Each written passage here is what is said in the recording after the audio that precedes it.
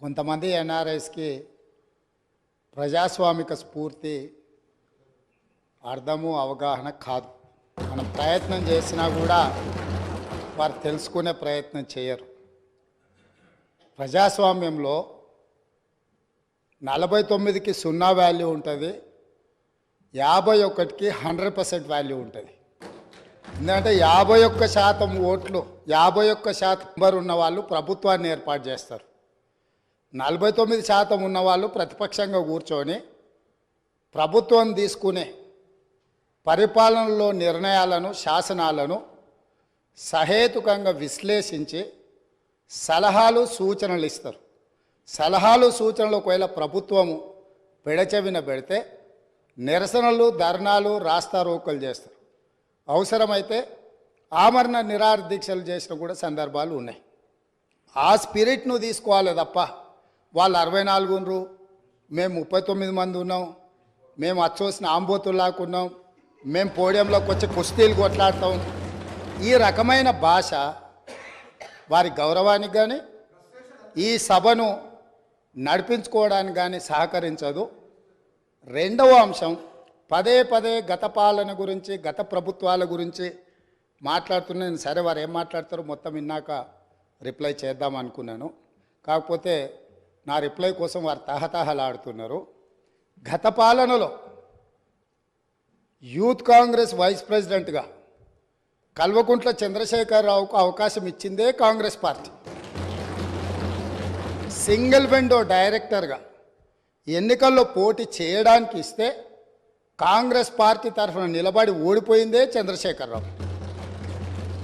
గత పాలనలో ఎంపీగా గెలిపించిందే కాంగ్రెస్ పార్టీ. గత పాలనలో షిప్పింగ్ మినిస్టర్ ఇచ్చిందే కాంగ్రెస్ పార్టీ. ఆ తర్వాత కార్మిక శాఖ మంత్రి ఇచ్చిందే కాంగ్రెస్ పార్టీ. అంతెందుకు ఇక్కడ సభ్యుడు ఉన్నాడు, వారు కూడా వారి కుటుంబ సభ్యులే. ఎమ్మెల్యే కాకుండానే మంత్రిని చేసి తర్వాత ఎమ్మెల్యేగా ఎన్నిక చేయడానికి సహకరించిందే కాంగ్రెస్ పార్టీ. ఈరోజు వాళ్ళు ఏ పేరైతే వినోద్ అనుకుంటున్నారో ఆ రాజశేఖర రెడ్డి గారే ఆ మంత్రివర్గంలోనే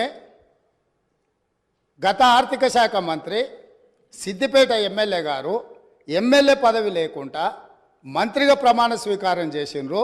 రాజశేఖర రెడ్డి గారి నాయకత్వమే దేశానికి బలమైన నాయకత్వం అని అందులో పనిచేసిండ్రు. మూడవది, పోతిరెడ్డిపాడు పొక్క పెద్దది చేసినప్పుడు కీర్తిశేషులు నాయన్ నరసింహారెడ్డి గారు కడప జిల్లా ఇన్ఛార్జ్ మినిస్టర్. ఆ రోజు కొట్లాడింది పోతిరెడ్డిపాడు మీద కీర్తిశేషులు పి జనార్దన్ రెడ్డి గారు. పోతిరెడ్డిపాడు పొక్క పెద్దది చేసినప్పుడు ఇక్కడ ఉన్నోళ్ళు ఎవరు ప్రాణత్యాగాలు చేస్తామని ఎవరు కొట్లాడలే, ఎవరు మాట్లాడలే. సొంత పార్టీ, సొంత ప్రభుత్వం ఉన్న తెలంగాణ ప్రజల హక్కులను భంగం కలిగించొద్దు, కృష్ణానది జలాలలో మా వాటా మాకు ఉండాలి, మా వాటాను ఎవరు తీసుకెళ్ళినా మేము ఒప్పుకోము అని కొట్లాడింది ఆనాటి నాయకుడు పి జనార్దన్ రెడ్డి గారు మాట్లాడిండ్రు తప్ప వీళ్ళు కాదు. కాబట్టి ఈరోజు వీళ్ళందరూ ఏ పాలకుల గురించి మాట్లాడుతున్నారో ఆ పాలకులు ఇప్పుడు మాట్లాడుతున్న పెద్దలు ఎట్లెమ్మెల్యే అయినరు? వాళ్ళ తండ్రి గారి గురువైన చంద్రబాబు నాయుడు గారి పార్టీతో పొత్తు పెట్టుకుంటే ఆ పార్టీ మద్దతుతో ఆ కండువ కప్పుకొని సిరిసిల్లలో కష్టపడి పనిచేసి నిర్మించుకున్న చీమలు పెట్టిన పుట్టలో పాములు దూరినట్టు కేకే మహేందర్ రెడ్డి అక్కడ పార్టీని నిర్మించుకొని తెలంగాణ ఉద్యమంలో పాల్గొని తెలంగాణ ఉద్యమంలో ముందు భాగం నుండి నిలబడి కొట్లాడితే ఎన్ఆర్ఐ అంటే నాన్ రిలయబుల్ ఇండియన్ కింద మేనేజ్మెంట్ కోటాలో ఇక్కడికి వచ్చి టికెట్ తీసుకొని అక్కడ ఆ కేకే మహేందర్ రెడ్డి గారిని అన్యాయం చేసి ఈరోజు ఇక్కడికి వచ్చిండ్రు. కాబట్టి ఈరోజు గతం గురించి అధ్యక్ష, ఒకవేళ మా మిత్రులకు వాళ్ళకు అంతగా గతం గురించి చర్చించాలనే ఆలోచన ఉంటే ఒకరోజు మొత్తం తమరు సమయం ఇవ్వండి. తప్పకుండా జూన్ 2, 2014 కంటే ముందు జరిగిన 55 సంవత్సరాల పరిపాలన మీద సంపూర్ణమైన చర్చ ఇక్కడ పెడదాము. ఈరోజు ఇక్కడ జరుగుతున్న చర్చ ఈరోజు ఇక్కడ జరుగుతున్న చర్చ జూన్ 2, 2014 నుంచి జరిగిన పరిపాలన, చేసిన విధ్వంసము, నాయకత్వం యొక్క వ్యవహార శైలి మీద మనం ఈరోజు మాట్లాడుకుంటున్నాము. కాబట్టి వారికి గతం గురించి చర్చించాలనే కోరిక ఉంటే మాకు ఎలాంటి అభ్యంతరం లేదు. గతంలో జరిగిన పరిపాలనలో ఇక్కడున్న వాళ్ళకి చాలామందికి పాత్ర లేకపోవచ్చు, కానీ అక్కడున్న వాళ్ళకు చాలామందికి పాత్ర ఉంది. ప్రత్యక్షంగా మంత్రులు చేసిండ్రు. అక్కడున్న నాగేందర్ గారు, ఆ పక్కనున్న శ్రీనివాస్ యాదవ్ గారు, ఆ పక్కనున్న హరీష్ రావు గారు, అక్కడున్న కడియం శ్రీహరి గారు, ఆ పక్కనున్న పోచారం శ్రీనివాసరెడ్డి గారు, ఆ పక్కనున్న గంగుల కమలాకర్ గారు, అన్ని పేర్లు మొత్తం అన్ని లిస్టు చదువుతా. వీళ్ళందరూ కూడా ఈరోజు వారు ఏదైతే పాపాలు జరిగినాయి అంటుండ్రో ఆ పాపాలలో సంపూర్ణమైన భాగస్వామ్యం వాళ్ళదే ఉన్నది.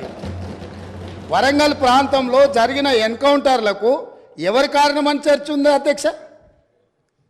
ఈరోజు వారే మాట్లాడుతున్నారు. ఏమని గవర్నర్ ప్రసంగంలో మొత్తం కాంగ్రెస్ పార్టీ మేనిఫెస్టోనే పొందుపరిచిండ్రని చాలా సీనియర్గా పనిచేసిండ్రు మంత్రులుగా.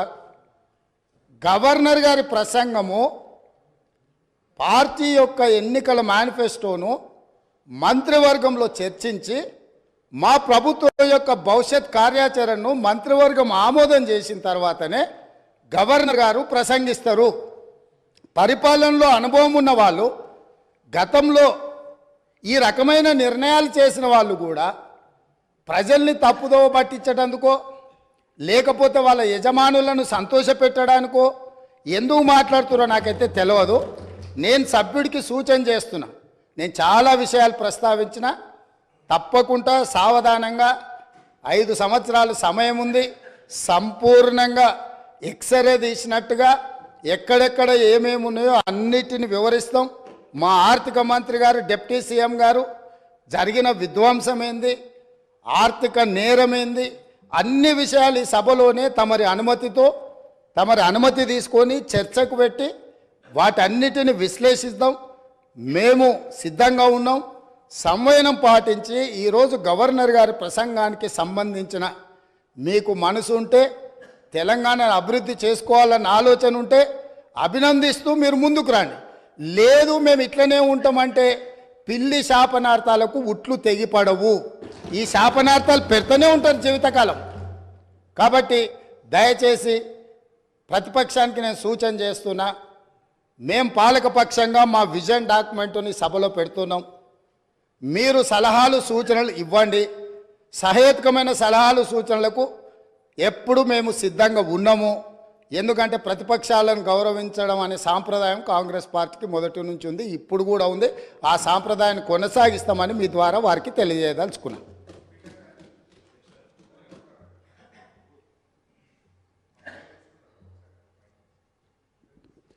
వారు మా పేరు తీసుకున్నారు అధ్యక్ష. గౌరవనీయులు రాష్ట్ర ముఖ్యమంత్రి గారు ఈ సభను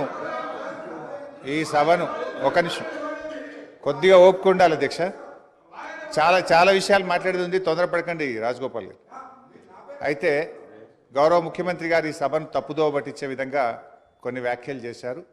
సభ యొక్క రికార్డులు సరిచేయాల్సినటువంటి అవసరం ఉంది కనుక నేను ఈ అవకాశం తీసుకున్నాను అధ్యక్ష. ముఖ్యమంత్రి గారు మాట్లాడుతూ పోతిరెడ్డిపాడు ప్రాజెక్టు పైన మా నాయకులే కొట్లాడారు, ఆ రోజు రాజశేఖర రెడ్డి గారి క్యాబినెట్లో ఉన్నటువంటి మంత్రులు మాట్లాడలేదు అనేటువంటి మాట వారు మాట్లాడినారు. నేను దాని మీద ఒకరోజు వీలైతే చర్చ పెట్టండి, సభ రికార్డులు తీసి బయట పెట్టండి, వీడియో ఫుటేజ్ కూడా ఉంటుంది సభలో, అన్ని విషయాలు కూడా బయట పెడితే దాని మీద నేను చర్చకు సిద్ధం. But I want to reiterate the record.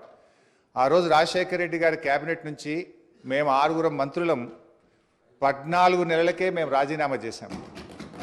మేము రాజీనామా చేసినప్పుడు చెప్పే 6 కారణాలు, అందులో మొట్టమొదటి కారణం అక్రమంగా పోతిరెడ్డిపాడు ప్రాజెక్టును పొక్కగొట్టి మా తెలంగాణకు దక్కాల్సిన కృష్ణా నదీ జలాలను రాయలసీమకు తరలించకపోతున్నందుకు నిరసనగా ఈ క్యాబినెట్ నుంచి మేము వైదొలుగుతున్నాము. తెలంగాణను ముంచి పులిచింతల ప్రాజెక్టు కట్టి ఆంధ్రాకు నీళ్లు మళ్లించే పులిచింతల ప్రాజెక్టును ఆపకపోవడం వల్ల మేము ఈ కేబినెట్ నుంచి వైదొలుగుతున్నాము. 610 జీవో అమలు చేయడంలో నిర్లక్ష్యం కారణంగా మా తెలంగాణ పిల్లలకు ఉద్యోగాలు దక్కే విషయంలో మా మాట తప్పుతున్నందుకు నిరసనగా ఈ కేబినెట్ నుంచి మేము వైదొలుగుతున్నాము. నక్సలైట్లతో చర్చల పేరిట చర్చలు జరిపి ఎన్కౌంటర్లు చేస్తున్నారు. ఆ ఫేక్ ఎన్కౌంటర్లు జరుగుతున్నాయి కనుక మేము రాజీనామా చేస్తున్నాము. ఇట్లా ఒక 6 కారణాలు ఇదే సభలో చెప్పాం. బయట చెప్పి మేము ఆ రోజు రాజీనామా చేస్తామనేటువంటి విషయాన్ని సభ ద్వారా గౌరవ ముఖ్యమంత్రి దృష్టికి మీ దృష్టికి తెస్తున్నాను. రెండో విషయం, ఇదే సభలో అదే పోడియం దగ్గర మీరు రికార్డులు తీయండి. నా చేతిలో ప్లే కార్డ్ మేము ఆ రోజున్న మా పద్మారావు గౌడు శాసనసభ్యులం పోతిరెడ్డి ప్రాజెక్టును వెంటనే ఆపాలని చెప్పి 45 రోజులు మొత్తం బడ్జెట్ సెషన్ మొత్తం పోతిరెడ్డి ప్రాజెక్ట్ ఆపాలని మేము అక్కడి నుంచి కీర్తిశేషులు పీజేఆర్ గారు ఒక్కడు కాంగ్రెస్ పార్టీ నుంచి ఇక్కడి నుంచి కొట్లాడిండ్రు ఒక్కడే. ఆ రోజు మంత్రులుగా ఉన్న చాలా మంది పెదవులు ముచ్చుకొని ఇక్కడ కూర్చున్నారు తప్ప ఆ రోజు మాతో గొంతు కలిపింది ఒకే ఒక్కడు పీజేఆర్. ఆ పీజేఆర్ తనయుడు విష్ణువర్ధన్ రెడ్డి కూడా ఈరోజు మాతోనే ఉన్నాడు. రెండో విషయం I would like to clarify. నేను విషయాల్లో చర్చలకు పోతే చాలా చెప్పాలి కానీ just I'm trying to give the clarification. ఇది ముఖ్యమంత్రి గారు చెప్పిన పోతిరెడ్డిపాటి విషయం. రెండో విషయం, ముఖ్యమంత్రి గారు మాట్లాడుతూ నేను శాసనసభ్యుడు కాకుండా మంత్రిని చేసిన ఘనత కాంగ్రెస్ పార్టీది అని వారు మాట్లాడినారు. ఆ కాంగ్రెస్ పార్టీని అధికారంలో తెచ్చిన ఘనత టీఆర్ఎస్ పార్టీది. ఆ రోజు చంద్రబాబు నాయుడు గారు తెలుగుదేశం హయాంలో వీరు ఓడిపోయి కనీసం ప్రతిపక్ష హోదా దక్కకుండా పూర్తిగా దిగజారిపోయినటువంటి కాంగ్రెస్ పార్టీకి జీవం పోసింది కేసీఆర్ గారు, టీఆర్ఎస్ పార్టీ. ఎందుకంటే నేను ఆ రోజు ప్రణబ్ ముఖర్జీ గారితో హిమాచల్ భవన్లో చర్చలు జరిగినప్పుడు కీర్తిశేషులు వెంకటస్వామి గారు, గౌరవనీయులు మాజీ ఎంపీ సురేందర్ రెడ్డి గారు, కేసీఆర్ గారు, ఆలే నరేంద్ర గారు, నేను ఆ చర్చల్లో ఉన్నాను. కేసీఆర్ గారు ఆ రోజు మాట్లాడుతూ ఆ అలయన్స్ చర్చలు జరిగినప్పుడు తప్పకుండా ఈ రాష్ట్రంలో కాంగ్రెస్ పార్టీ అధికారంలోకి తెస్తాం, దేశంలో కూడా అధికారంలోకి వస్తుందంటే ఆ రోజు ప్రణబ్ ముఖర్జీ గారు మాజీ రాష్ట్రపతి గారు అన్న మాట I was part of the discussion. Chandrashekar గారు మీరు అన్నట్టు నిజంగా కాంగ్రెస్ పార్టీ అధికారంలోకి వస్తే నువ్వు నా ఇంట్లో కూర్చొని తెలంగాణ రాష్ట్రం తీసుకొని పో, నిజంగా అధికారంలోకి వస్తుందా అని ఆయన అన్నారు. ఆ రోజు మేం పొత్తు పెట్టుకోవడం వల్లనే ఆ రోజు కాంగ్రెస్ పార్టీ అధికారంలోకి వచ్చింది తప్ప మీరేదో గెలిస్తే మాకు పదవులు ఇచ్చారు కాదు. మేము కాంగ్రెస్ పార్టీకి భిక్ష పెట్టినాం, మేము కాంగ్రెస్ పార్టీని అధికారంలో తేవడానికి ఆ రోజు సహకరించమనే విషయాన్ని గుర్తు చేస్తా ఉన్నా. అధ్యక్ష, కేసీఆర్ గారి గురించి కూడా వారు మాట్లాడినారు. Just I'm trying to set right the record. నేను స్పీచ్ ఇవ్వడం లేదు, స్పీచ్ ఇచ్చినప్పుడు నేను ఇంకా చాలా విషయాలు చెప్తా. ఓన్లీ రికార్డ్ సెట్ రైట్ చేసే ప్రయత్నం చేస్తున్నా. వారు ఏం మాట్లాడినారంటే కేసీఆర్ గారిని మేము ఎంపీ చేసినామని చెప్పి మాట్లాడుతున్నారు. కేసీఆర్ ఆ రోజు కాంగ్రెస్ పార్టీతో పొత్తు పెట్టుకున్నప్పుడు కేసీఆర్ గారి గురించి ఒకటే విషయం చెప్పి నేను ముగిస్తే అధ్యక్ష. ఓన్లీ వన్ మినిట్ అధ్యక్ష. ఆ రోజు 1 minute అధ్యక్ష. Only I'm trying to set right the record. నేను స్పీచ్ ఇవ్వట్లేదు, రికార్డు కరెక్షన్ మాత్రం. ఒక్కటే నిమిషం అధ్యక్ష, ఒక్కటే నిమిషం అధ్యక్ష. I will take only 1 minute అధ్యక్ష. ఆ రోజు నిజంగానే కేంద్రంలో ఆ రోజు కాంగ్రెస్ పార్టీ అధికారంలోకి వచ్చినప్పుడు సోనియా గాంధీ గారి అధ్యక్షంలో యూపీఏ సమావేశం జరిగింది. ఆ యూపీఏ సమావేశంలో సోనియా గాంధీ గారు కేంద్ర మంత్రివర్గంలో కేసీఆర్ గారిని చేరమన్నప్పుడు కేసీఆర్ గారు ఒక మాట చెప్పారు, కామన్ మినిమం ప్రోగ్రాంలో తెలంగాణ అంశం పెడితేనే నేను కేబినెట్లో చేరతా, నేను పదవుల కోసం రాలేదు, తెలంగాణ కోసం ఢిల్లీకి వచ్చినా అని చెప్పిండు కేసీఆర్ గారు. ఆ రోజు కామన్ మినిమం ప్రోగ్రాంలో పెట్టి ఉభయ సభలను రాష్ట్రపతి గారు ఉద్దేశించిన సభలో రాష్ట్రపతి గారు తెలంగాణ రాష్ట్ర ఏర్పాటును సంప్రదింపుల ద్వారా చేస్తామని చెప్పించింది కేసీఆర్ గారు.